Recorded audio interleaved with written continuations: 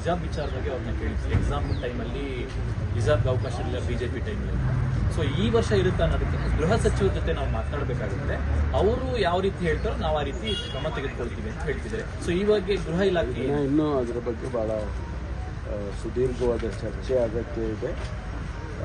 ಚರ್ಚೆ ಮಾಡಿ ಆನಂತರ ತೀರ್ಮಾನ ತಗೊಳ್ತೀವಿ. ಎಕ್ಸಾಮ್ಗೆ ಇನ್ನು 1 ತಿಂಗಳಿದೆ ಸರ್. 1 ತಿಂಗಳು ಭಾಳ ದೊಡ್ಡ ಸಮಯ. ದೆಹಲಿಗೆ ಹೋಗೋದನ್ನು ಕರ್ನಾಟಕ ಬೋರ್ಡ್ ಉದ್ಘಾಟನೆ ಕರೆದ್ರೆ ಹೋಗ್ತೀವಿ. ನಾನೇ ಫೌಂಡೇಶನ್ ಹಾಕಿದ್ದು CM ಆಗಿದ್ದಾಗ. ಅವ್ರು ಕರೆದ್ರೆ ಹೋಗ್ತೇನೆ, ಕರೀದೇ ಇದ್ರೆ ಹೆಂಗೆ ಹೋಗುತ್ತೆ. ಹೈಕಮಾಂಡ್ ನಾಯಕರನ್ನು ಭೇಟಿ ಆಗ್ತಾರೆ ಪರಮೇಶ್ವರ್ ಸರ್, ಹಿರಿಯ ಸಚಿವರು ಅಂತ ಟಾಕ್ ನಡೀತಾ ಇದೆ ಸರ್. ಗೊತ್ತಿಲ್ಲಪ್ಪ ಯಾರು ಇದನ್ನೆಲ್ಲ ಪ್ಲಾಂಟ್ ಮಾಡ್ತಾರೆ ಅಂತ ನನಗೆ ಗೊತ್ತಿಲ್ಲ. ನನ್ನ ಲೀಡರ್ಶಿಪ್ಪಲ್ಲಿ ಸಚಿವರುಗಳು ಡೆಲ್ಲಿಗೆ ಹೋಗಿ ಹೈಕಮಾಂಡ್ ಮೀಟ್ ಮಾಡ್ತಾರೆ ಅಂತೆಲ್ಲ ನೀವು ಹಾಕ್ಕೊಂಡು ಹೊಡಿತಾ ಇದ್ದೀರಾ. ನನಗೆ ಗೊತ್ತಿಲ್ಲ ಅದು ಯಾರು ಹೇಳಿದ್ರೋ ಗೊತ್ತಿಲ್ಲ. ಅಂಥದ್ದು ಯಾವುದೇ ಬೆಳವಣಿಗೆ ಇಲ್ಲ. ನಾನು ಡೆಲ್ಲಿಗೆ ಯಾವ ಡೆಲಿಗೇಷನ್ನು ನಾವು ತೊಗೊಂಡೋಗ್ತಿಲ್ಲ, ಅಥವಾ ಯಾವ ಅಂಥ ರಾಜಕೀಯ ಬೆಳವಣಿಗೆಗಳು ಯಾವುದು ಕೂಡ ಇಲ್ಲ. ನಾನು ಮೊನ್ನೆನೂ ಹೇಳಿದೆ ನಿಮಗೆ, ನನಗೆ ಇಲಾಖೆ ಕೆಲಸ ಇದ್ದಾಗ ಹೋಗ್ತೀನಿ ಅನ್ನೋದು ಬಿಟ್ಟರೆ ಬೇರೆ ರೀತಿಯಲ್ಲಿ ನಾವು ಹೋಗಬಾರ್ದು ಅಂತ ಏನಿಲ್ಲ. ಹೋಗಬಾರ್ದು ಅಂತ ಏನು ಬ್ಯಾನ್ ಆರ್ಡ್ರಿಲ್ಲ. ಅಂದರೆ ನಮಗೆ ಅಗತ್ಯ ಇಲ್ಲ, ಅಗತ್ಯ ಬಿದ್ದಾಗ ಹೋಗ್ತೀವಿ. ನಮ್ಮ ಜಿಲ್ಲೆಯಲ್ಲಿ ಗುಬ್ಬಿ ಶ್ರೀನಿವಾಸ್ ಅವರು ನಿಮ್ಮ ಮೇಲೆ ಏನೋ ಸಮರ ಸಾರ ಬಿಟ್ಟಿದ್ದಾರೆ ಸರ್. ನೀವು ಮತ್ತು ರಾಜಣ್ಣ ಅವರು ಅವ್ರನ್ನ ಸೋಲ್ಸಿದ್ದಕ್ಕೆ ಪ್ರಾಮಾಣಿಕ ಕೆಲಸ ಮಾಡೋರಿಗೆ ಸಮಸ್ಯೆ ಜಾಸ್ತಿ. ಹೌದು, ನಾವು ಹಂಗೆ ಅಂದ್ಕೊಂಡಿದ್ದೀವಿ. ನಾವು ಪ್ರಾಮಾಣಿಕವಾಗಿ ಕೆಲಸ ಮಾಡೋರೆ, ನಮಗೂ ಸಮಸ್ಯೆ. ಪದೇ ಗುಬ್ಬಿ ಶ್ರೀನಿವಾಸ್ ಅವರು ನಿಮ್ಮ ಮತ್ತೆ ರಾಜಣ್ಣ ಅವ್ರ ಬಗ್ಗೆ ಮಾತಾಡ್ತಾ ಇದ್ದಾರೆ. ಪದೇ ಏನಿಲ್ಲ, ಈ ಚುನಾವಣೆಯಲ್ಲೇ ಮಾತ್ರ ಆ ರೀತಿ ಮಾತಾಡಿದ್ದಾರೆ. ನಾವೆಲ್ಲ ಸ್ನೇಹಿತರುಗಳು, ಒಂದೇ ಪಕ್ಷದಲ್ಲಿದ್ದೀವಿ. ಇವೆಲ್ಲ ಬರ್ತಾ ಹೋಗ್ತಾ ರಾಜಕೀಯದಲ್ಲಿ ಇದೆಲ್ಲ ನಡೆಯೋದಿಲ್ಲ. ನಾವು ಪರ್ಮನೆಂಟ್ ಸಿಸ್ಟಮ್. ಮಾತಾಡ್ತೀವಿ. ಅದಕ್ಕೆ ನನಗೇನು ಮಾತಾಡದೇ ಇರೋದು ಅಂತ ಅಂಥದ್ದೇನಿಲ್ಲ. ಮಾತಾಡದೆ ಮಾತುಗಳು ಬಿಡೋವಷ್ಟು ರಾಜಕಾರಣ ಇಲ್ಲ. ಮಾತಾಡ್ತೀವಿ. ಶ್ರೀನಿವಾಸ್ ಅವರು ನಮ್ಮ ಪಕ್ಷದವರೇ ಇದ್ದಾರೆ, ಶಾಸಕರಿದ್ದಾರೆ, ನಮಗೆಲ್ಲ ಸ್ನೇಹಿತರಿದ್ದಾರೆ, ಮಾತಾಡ್ತೀವಿ.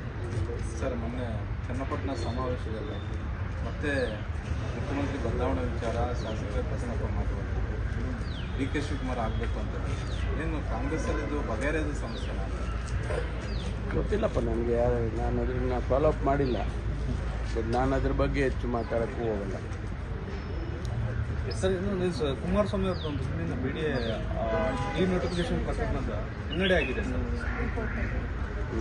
ಹಳೆ ಪ್ರಕರಣ, ಅದಕ್ಕೆ ಯಾವ ರೀತಿಯಾಗಿ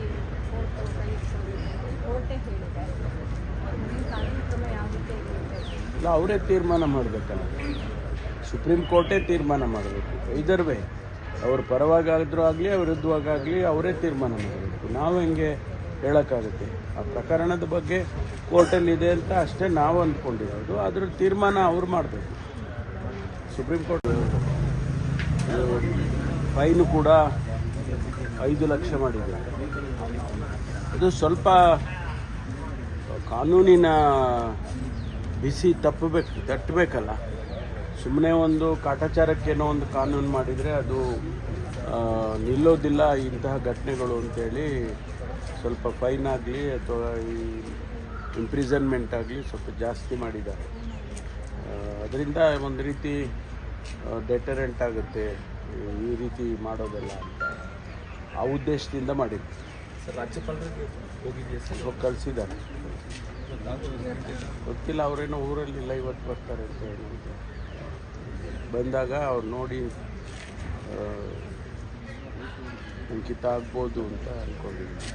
ಈಗ ಈ ಸಹಜವಾಗಿ ಕಾನೂನು ತಂದಾಗ ಮೈಕ್ರೋ ಫೈನಾನ್ಸ್ ಕಂಪನಿಗಳು ಕೋರ್ಟ್ ಮೊರೆ ಹೋಗ್ತವೆ. ಸೊ ಹೋಗಿದಾಗ ಕೂಡ ಸರ್ಕಾರಕ್ಕೆ ಹಿನ್ನಡೆ ಆಗದೇ ರೀತಿ ಯಾವ ರೀತಿ ಕ್ರಮಗಳನ್ನು ಅಲ್ಲ, ಅದಕ್ಕೆ ಸ್ವಲ್ಪ ತಡ ಆಗಿತ್ತು. ನಾವು ಫಸ್ಟ್ ಡ್ರಾಫ್ಟ್ ಮಾಡಿದಾಗ ಇದನ್ನು ನಾವು ಚರ್ಚೆ ಮಾಡಿದೋ, ಒಂದು ವೇಳೆ MFIಗಳು ಕೋರ್ಟಿಗೆ ಏನಾದರೂ ಹೋಗ್ಬೋದು ಅಂತೇಳಿ. ಅದಕ್ಕೆ ಎಲ್ಲ ರೀತಿಯ ಪ್ರಿಕಾಷನ್ಸ್ ತೊಗೊಳ್ಬೇಕು ಅಂತೇಳಿ ಮುಖ್ಯಮಂತ್ರಿಗಳು ಲಾ ಡಿಪಾರ್ಟ್ಮೆಂಟಿಗೆ ಸೂಚನೆಯನ್ನು ಕೊಟ್ಟಿದ್ದರು. ಅದಕ್ಕೆ 1-2 ದಿವಸ ತಡ ಆಗಿದೆ. ಈಗ ಅದೆಲ್ಲವನ್ನು ಕೂಡ ಗಮನದಲ್ಲಿ ಇಟ್ಕೊಂಡೇ ಈಗ ಡ್ರಾಫ್ಟ್ ಬಂದಿರ್ತದೆ.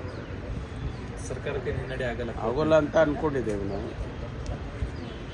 ಸರ್ ಸಚಿವರಾದಂಥ ಮಂಕಾಳ್ ವೈದ್ಯ ಅವರು ಸರ್ ಒಂದು ಸ್ಟೇಟ್ಮೆಂಟ್ ಮಾಡಿದ್ದಾರೆ, ಹಸುಗಳನ್ನ ಕದ್ದೋರನ್ನ ಸರ್ಕಲಲ್ಲಿ ನಿಲ್ಲಿಸಿ ಗುಂಡು ಹಾರಿಸ್ತಾನೆ ಅಂತ, ಗುಂಡು ನಾನೇ ಹಾರಿಸ್ತಾನೆ ಅಂತ ಹೇಳಿದ್ದಾರೆ ಸರ್.